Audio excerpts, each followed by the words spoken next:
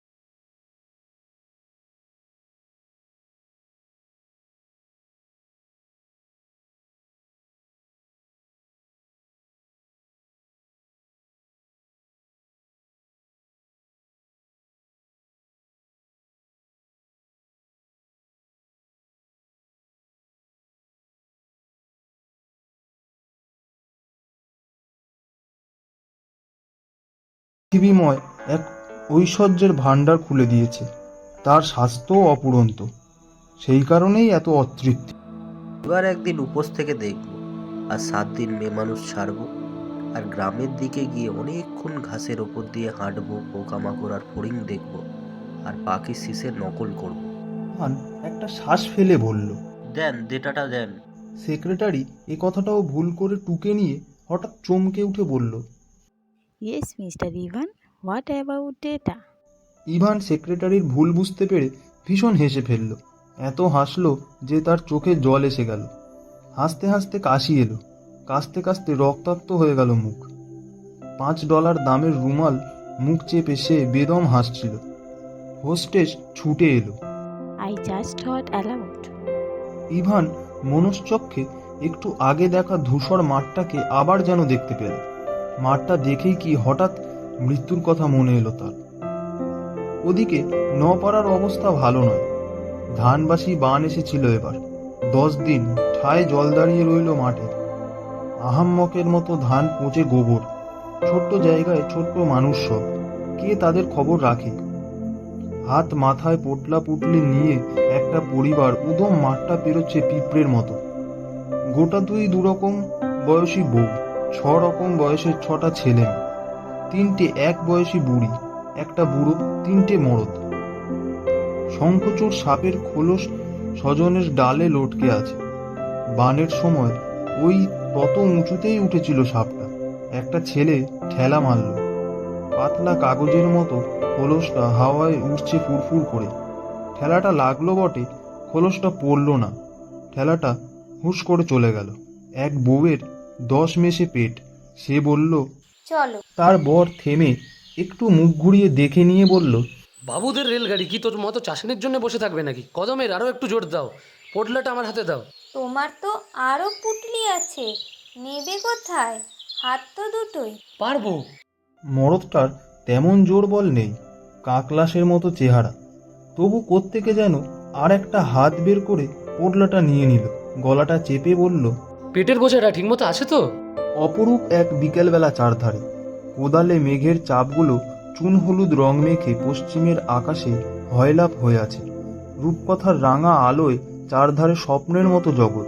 শিশুরাই সৌন্দর্যের মধ্যে চেঁচিয়ে কথা বলে, বড়রা গম্ভীর চুপ। রোদে পোড়া গাছপালার বন্য গন্ধ আসছে। এ সময় একটা বিশাল উড়োজাহাজ ঝুম করে মাথার উপর দিয়ে উড়ে গেল। সবাই হাঁ করে দেখে একটু কারা যায় ওইসব কোলের পাখি করে। পেটে খিদে মরে গিয়ে একটা গোতলানি এলো গর্ভবতী বউটি। বুক চেপে সে মাঠের মধ্যে বসে পড়ে। তার পেট থেকে ওয়াক তুলে কেবল জল বেরিয়ে আসে। এখানে কিছু তাল গাছের জড়াজড়ি, তার মাঝখানে ছোট্ট একটি পুকুর। জল শুকিয়ে অনেকখানি কাদা জমি বেরিয়ে আছে দাঁতের মাড়ির মতো।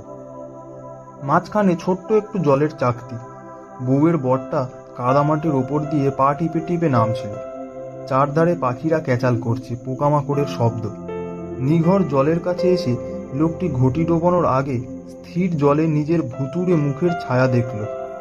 এ মুখ একটা মুখ মাত্র, মানুষের মুখ বলে বোঝা যায় ঠাউর করলে। ঘটিটা ডোবাতেই হিজিবিজি হয়ে 7খান হয়ে গেল মুখখানা। লোকটা বলল, যা, শেষ হয়ে যা। ওদিকে মেলবোর্নের ক্রিকেট মাঠে এখন রাত্রি। অনেকক্ষণ আগে দিনের খেলা শেষ হয়ে গেছে। শূন্য স্টেডিয়াম, অন্ধকার মাঠ, কেউ কোথাও নেই। শুধু একজন তরুণ কোনো ফাঁকে মাঠে এসে ঢুকে পড়েছে। প্যাভিলিয়নের গেটের কাছে দাঁড়িয়ে সে অস্থির হাতে একটা সিগারেট ধরালো। আকাশে তারা ঝিকমিক করছে, মৃদু বাতাস। ছেলেটা মাঠের সীমানার ধারে সামনে পা ছড়িয়ে বসলো। তার চোখে জল। জীবনের প্রথম টেস্ট ম্যাচ খেলতে নেমেছিল সে। প্রথম ইনিংসে 0 রানে আউট হয়ে যায়। ড্রেসিং রুমে ফিরে এসে ক্যাপ্টেন পিট তাবড়ে বলেছিল, বব, ঘাবড়াবার কিচ্ছু নেই, সেকেন্ড ইনিংসে সেঞ্চুরি করবে। দ্বিতীয় ইনিংস খেলতে নেমেছিল আজ লাঞ্চের পর। তার প্রেমিকা জ্যানেট স্ট্যান্ডে বসে খেলা দেখছে মা বাবা বন্ধুরা। নতুন টেস্ট খেলোয়াড়ের জন্ম দেখছে লক্ষ দর্শক, স্টেডিয়ামে বা টিভিতে। তার খেলা দেখে সকলেই বলতো, এ হবে দ্বিতীয় ব্র্যাডম্যান। ছেলেটিরও তাই বিশ্বাস ছিল। জীবনের প্রথম টেস্ট ম্যাচে খেলতে নেমে সে ভেবেছিল আর পিছু ফিরে তাকানোর কিছু নেই। দ্বিতীয় ইনিংসে শুরুও করেছিল ভালো। প্রথম 4 ওভারে 3টে 4 আর 2টো 1 রান, বেশ ভালো শুরু।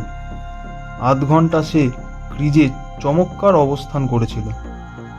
তারপরে একটা বল এলো লেগ স্ট্যাম্পের ওপর। মনে হয়েছিল সহজ বল, সুইপ করলে স্কোয়ার লেগ দিয়ে সীমানা পার হবে। করেও ছিল সুইপ, কিন্তু ভুতুড়ে বলটা হঠাৎ পিচ থেকে ওপরে না উঠে মাথা নিচু করে মিডল স্ট্যাম্পের দিকে সরে এলো। আর তখন স্ট্যাম্প আড়াল করে রয়েছে তার পায়ে বলটা লাগতেই চারদিকে আনন্দে লাফিয়ে ওঠে বিপক্ষের খেলোয়াড় হাও। আম্পায়ার বিনা দ্বিধায় আঙুল তোলে। ছেলেটি আম্পায়ারের দিকে তাকায়ও নি, সে জানতো আউট হয়ে গেছে সে। তখন প্যাভিলিয়নের দিকে ফিরে আসছিল। তখন কেউ হা হুতাশ করেনি, হাততালিও দেয়নি। শুধু একটা চ্যাংড়া ছেলে এক দলা চুইংগাম ছুঁড়ে মেরেছিল তাকে, সেটা এসে তার বুকে আটকে যায়। ড্রেসিং রুমে 2-1 তাকে স্টোক দিয়েছিল। ছেলেটি কিছুই শুনতে পায়নি। ড্রেসিং রুমের দরজায় দাঁড়িয়ে তরুণী জ্যানেট কাঁদছিল। ছেলেটির বাবা একবার ঘরে এসে তার পিঠে হাত রেখে নীরবে বলে গেল কিছুক্ষণ। গভীর রাতে হোটেল থেকে চুপি চুপি চলে এসেছিল ছেলেটি। মেলবোর্নের অন্ধকার ক্রিকেট মাঠে বসে আছে। আকাশে একটা তারা খসল। সিগারেট শেষ হয়ে গেল। এই মাঠে কাল তারা অবশ্যই হেরে যাবে। হাতে মোট 2টো উইকেট আছে, তুলতেই হবে আরো 200 রান। ছেলেটার ওপর নির্ভর ছিল দলের, সে পারেনি। ছেলেটা দেখলো অন্ধকার স্টেডিয়ামে লক্ষ লক্ষ ভূত বসে তাকে দেখছে আর খুব হাসছে। তারা তাদের দীর্ঘ হাত নেড়ে তাকে বাহবা দিচ্ছে। ছেলেটা মাথা নিচু করে বসে রইল, চোখে জলের ধারা। মনে হলো তার আজকের দুঃখ আর কোনোদিনই ঘুচবে না, এখানেই তার জীবন শেষ হয়ে গেল। ওদিকে উড়োজাহাজ বোম্বেতে নামলো। ইভান দেখলো এখনো সমুদ্রের ওপর অন্ধকার। আকাশে বুঝি সূর্যের খুব ক্ষীণ একটা রেশ রয়ে গেছে, কিংবা মনের ভুল। এখানে কয়েক ঘন্টা বিশ্রাম। ইভান প্লেন থেকে নামতে না নামতেই প্রোটোকল শুরু হয়ে যায়। লোকজন ঘিরে ধরে তাকে, অনবরত ক্যামেরার ফ্ল্যাশে চমকাচ্ছে। সিকিউরিটি দুপাশ থেকে তাকে চেপে ধরে। অনবরত তাকে শেক হ্যান্ড করতে হয় অনেক লোকের সঙ্গে, যান্ত্রিকভাবে পরিচিত হতে হয় তাকে। ভিআইপি লাউঞ্জে সাংবাদিকরা ঘিরে ধরে তাকে। অনর্গল ইসরায়েল, আরব দেশ, মধ্যপ্রাচ্য, দূরপ্রাচ্য, ইউরোপ সম্পর্কিত প্রশ্ন করা হতে থাকে তাকে। ইভান রাষ্ট্রস্বাস্থ্যে প্রতিনিধি, বিশ্ব শান্তির অন্যতম দূত। সব উত্তরই তার জানা আছে। সে যন্ত্রের মতো উত্তর দিতে থাকে। তার দক্ষ সেক্রেটারির পাশেই বংশবৎ বসে তাকে অবিরল তাকে নানা পরিসংখ্যান বলে দিতে থাকে। নানা কথার মধ্যে ইভান কেবল বলে, আমরা শান্তি চাই, আমরা ক্ষুধার নিবৃত্তি চাই, আমরা চাই অভাব মোচন, স্বাধীনতা। আমরা মানুষকে সব রকম অভাব থেকে মুক্তি দিতে বদ্ধপরিকর। বলতে বলতে ক্লান্ত ইভান টের পায় সে কতবার জীবনে এসব কথা বলেছে, আজও বলছে, কিন্তু তার ভিতরটা যেন এক জনশূন্য হলঘরের মতো ফাঁকা। সে যখন মুখে শান্তি শান্তি বলছে, তখন তার ভিতরের হলঘর থেকে প্রতিধ্বনি বলছে যেন মৃত্যু মৃত্যু। কেন বলছে? ইভান খুবই অবসাদ বোধ করছে।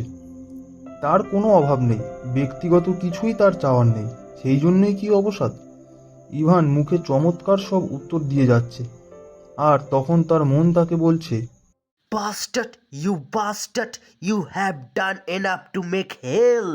Now die, please die. ইভান ভাবে সে এবার 1 দিন কি 2 দিন উপোস করে থেকে দেখবে ক্ষুধা কাকে বলে। সে 7 দিন মেয়ে মানুষের শরীর ছোবে না। সে একদিন দূর কোনো দরিদ্র দেশের গ্রামের পথে পথে হেঁটে বেড়াবে, যেমন হাঁটছে মিশনারিরা। সেই প্লেন থেকে দেখে ধূসর মাঠটায় সে কোনোদিনও যেতে পারবে কি? আর ওদিকে সেই মাঠে শেষ বেলায় ওয়াক তুলে সেই যে বমি করছিল বউটি, তারপরই তার গর্ভ যন্ত্রণা শুরু হয়েছিল। সূর্য ডুবে গেল, নিঝুম হিম নেমে এলো চারধারে। এতক্ষণ তারা দীর্ঘ পথ হেঁটে চলেছে রোদে, তাই শীত গায়ে লাগেনি। কিন্তু এখন বউটিকে ঘিরে যখন তারা উদাস মাঠের মাঝখানে বসে আছে, তখন গভীর শীতে সবাই ঠকঠক করে কাঁপে। পেটে প্রকাণ্ড অন্ধকার খিদে, দেহে তুচ্ছ আবরণ, বউটা গর্ভযন্ত্রণায় কাতরাচ্ছে। মাঠ পেরিয়ে একটা পাগল লোক এলো এ সময়, তাদের কাছে এসে বলল, বাবারা, সারা দিন খাওয়া জোটে না আমার। তোমরা একবারটি হরিবল হরিবল বললে আমার পেট পুড়ে যাবে। এই ভিক্ষা চাই বাবা। অবুধ লোকগুলি তার দিকে চেয়ে থাকে কেবল। তারা ভাষা ভুলে গেছে, কথা আসে না মুখে। শুধু তাদের দলের সবচেয়ে প্রবীণ লোকটি বলে, আমরা বড় কাঙাল, কিছু নাই, হরির নাম নিতে পারি, আর কিছু চেয়েও না। তাই বলো বাবা, তারপর চলো দুনিয়াটা দখল করি। ওদিকে মেলবোর্নের ছোকরা ক্রিকেট খেলোয়াড়টি ঘাসের ওপর শুয়েছিল আর ভাবছিল জ্যানেট তাকে আর কি ভালোবাসবে। টেস্ট খেলতে আর কখনো তাকে ডাকা হবে কি? সে নিজেও কি আত্মবিশ্বাস ফিরে পাবে? শুয়ে থেকে সে টের পায় অন্ধকার স্টেডিয়াম থেকে ভূতেরা নেমে আসছে। তাদের দীর্ঘ কালো শরীর বাতাসে দোল খায়, বাতাসে লতিয়ে লতিয়ে তারা চলে। অন্ধকারে হাজার হাজার ভূত এসে তাকে ঘিরে দাঁড়ালো আর কানে কানে বলল, চলো।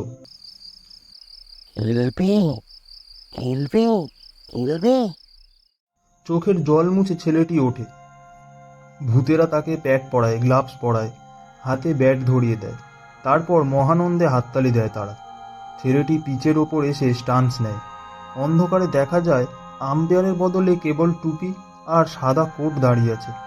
একটা ভূত এশিয়ার দিকে হাত বাড়িয়ে একটা নরম মুন্ডু ছিঁড়ে আনে, তারপর দৌড়ে এসে বল করার ভঙ্গিতে ছুঁড়ে দেয় তার দিকে। ছেলেটা চমৎকার একটা পুল মারে, মুন্ডুটা ছিটকে যায় মহাকাশে, মহারলে ওঠে চারধার, হর্ষধ্বনি শোনা যায়। আবার আফ্রিকার দিকে হাত বাড়িয়ে একটা নরমুন্ডু ছিঁড়ে আনে, আরেকজন দৌড়ে আসে। এই রকমভাবে খেলা চলে আর চলে। এ খেলা আর শেষ হতে চায় না, যেন অনন্তকাল ধরে এই শেষহীন খেলা চলবেই। সে কোনোদিনও আউট হবে না। ছেলেটির আর দুঃখ থাকে না। আর ওইদিকে সেই মাঠ, অনেক রাত। গোয়াল ঘরের মেঝের খড়ের ওপর গর্ভবতী বউটি একটি নির্জীব শিশু ছেলেকে প্রসব করেছে। জন্মের পর ছেলেরা কাঁদে, এই শিশুটিও কাঁদল, কিন্তু উপসী মার শুষ্ক গর্ভ থেকে সে সামান্যই জীবনী শক্তি আনতে পেরেছে। তাই তার অতি ক্ষীণ কান্নার আওয়াজ তার মাও শুনতে পেল না। সে মুমূর্ষ কণ্ঠে জিজ্ঞেস করে, ও দিদি, বেঁচে আছো তো? বাইরে বিপুল অন্ধকার। পুরুষেরা বাইরে বসে আছে হাঁ করে। আজ তাদের রেলগাড়ি করে শহরে যাওয়া হলো না। কবে হবে কে জানে। আর একটা পেট বাড়ল। অনেকদিন আগে এইরকম মাঠের মধ্যে গোয়াল ঘরে শীত রাতে কে যেন জন্মেছিলেন। হরিবোল বুড়ো শুনেছে তিনি কোনো শান্ত পুরুষ, ঈশ্বরের সন্তান। আকাশে একটা তারা খসল। হরিবোল বুড়ো আস্তে আস্তে গোয়াল ঘরের প্রদক্ষিণ করতে থাকে। পায়ের নিচে ঘাস, আশপাশে গাছগুলির ডালপালা গায়ে লাগে। হরিবোল বুড়ো গাছগাছালি তাদের ধাসদের উদ্দেশ্য করে বারবার বলে, আহা, লাগলো বাবা, ব্যথা পেলে। ঘুম ভেঙে গেল বাবার সব। একবার হরিবোল হরিবোল হরিবোল বলল সব। কাঙালের খোকাটার পেট ভরে যাক, খোকাটা একটু কাঁদুক। শেষ হলো আজকের নিবেদন শীর্ষেন্দু মুখোপাধ্যায়ের ক্রিকেট।